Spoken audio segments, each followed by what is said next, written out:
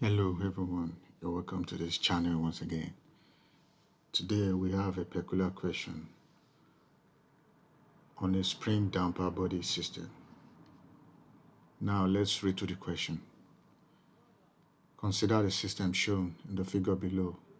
Assume the mass m equals 10 kg and the stiffness K1 equals 650 Newton meter and the K2 equals 400 Newton per meter and the damping constant equals 100 root 3 Newton seconds per meter and the length equals 1 meter. Calculate the damp natural frequency of the free vibration of this system, given that the G, acceleration due to gravity, equals 10 meters per second squared. Now, today we have a peculiar question for a mass spring damper system suspended with a massless beam. And looking at the system today, we have two springs parallel to each other on the left side of the mass, and we have a damper at the right side. Now, definitely, we know that the rotation of the mass from the pivot might be in angle to this point of reference. Now, first of all, by using the schematic reference here, we know that the mass is going this way as it returns the other way to the dashboard. So therefore, it rotates from all angle, left to right. Now, looking at the equation here, we have the two springs that are in parallel being added together because they are in parallel, and they are multiplied by the product of the distance of the length, that is 2L, to the angle of suspension. Now, looking at the other side too, we can see that the damp constant C is multiplied by the product of the distance 2L to the angle of rotation, theta dot.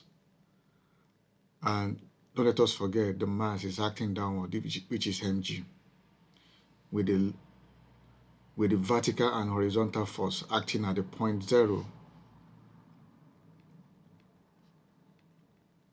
from the pivot. Now, if we equate this static diagram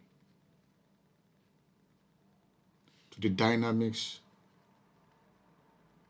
diagram, that is ml 2l squared theta dot dot, which is telling us that the angle of rotation of the whole mass system.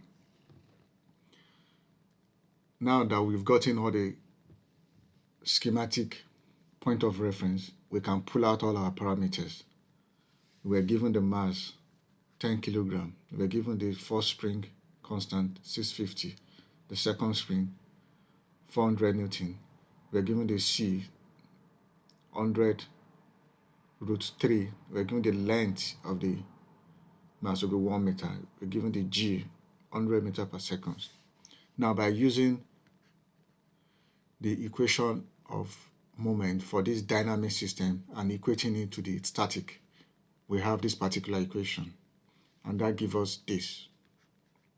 So therefore, by juxtaposing this equation, this particular equation, with a standardized ms dot dot plus cs dot plus kx equals 0, we can deduce that m equals 4ml squared and c equals 4cl squared and k equals 4l into bracket k1 plus k2 minus 2mg. So by slotting all these particular values in the natural frequency equation, which is Wn equals k over n. That gives us 10 radian per second. Now, by using the damping ratio zeta equation, which is zeta equals c over 2mw, this equation, we can slot in all our values, and that gives us 0.8660, which is damping ratio.